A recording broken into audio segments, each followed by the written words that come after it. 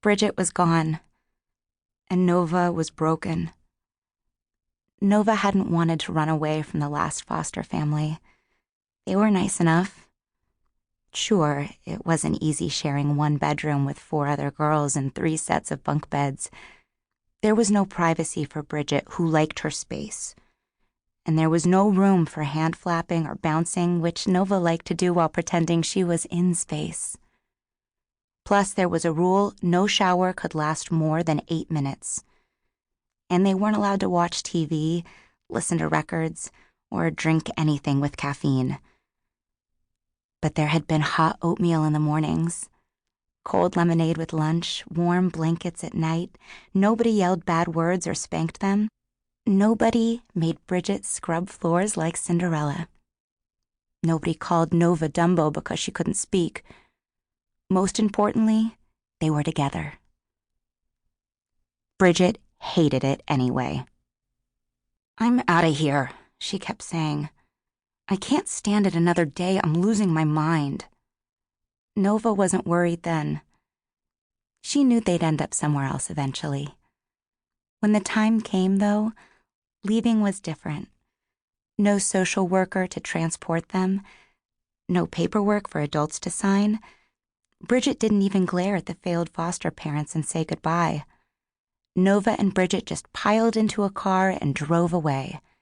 This was not their routine, which made Nova's tummy hurt because she hated goodbyes, but she hated deviating from the routine even more. "Don't worry," Bridget had kissed Nova's forehead. "I'll take care of you like I've always taken care of you." Now Bridget was gone, and Nova was worried.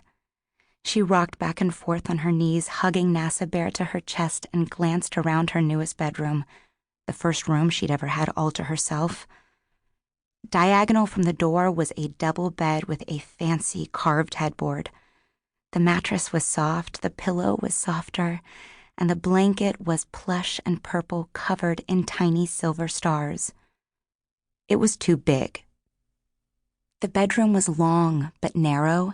It had 2 windows, one facing the front yard and the other facing the back. Out back, there was an in-ground pool covered up for the winter. Out front, a pathway leading up to the door was guarded by 2 giant stone lions.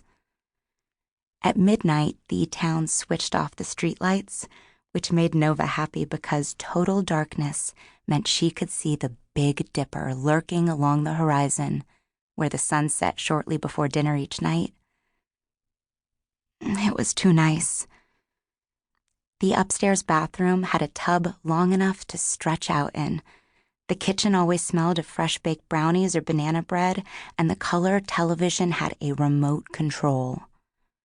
Most rooms had wall-to-wall carpeting. There were lots of windows through which the sun shone. It was too much like a home. Nova didn't want it to start feeling like home. Bridget always warned, if it feels like home, it's harder to leave. Nova hugged her teddy bear tighter, trying to picture her big sister in the bedroom beside her. What had Bridget been thinking, deciding to run away like that? It was already January 1986, and in August she'd be 18. Then Bridget could raise Nova herself like they'd always planned. Only Bridget was gone, and Nova was lonely. "You'll start school on Monday," new foster mother Francine warned during breakfast. Nova hated new schools more than she hated new foster families. New schools always spent the first week or 2 testing her and always came to the same conclusions. Cannot read, does not speak, severely mentally retarded. Bridget hated the word retarded. "My sister's not dumb," she'd tell anyone who listened. "She's a thinker, not a talker." The truth was, Nova rarely spoke, and when she did, she had difficulty controlling her volume, so sometimes she'd be whispering on a crowded playground, and other times she'd be shouting in church. Even when she did manage to find the right sound, forming a whole word was its own challenge. She could say, "Oh, or K, but not okay. She could say wa or tur, but not water. She could say ku or key, but not cookie. And sometimes when she'd try to say a simple word like cat, an entirely different word would come out like boo, which didn't make sense to anyone, not even Bridget. Most of the time, Nova didn't bother to speak at all.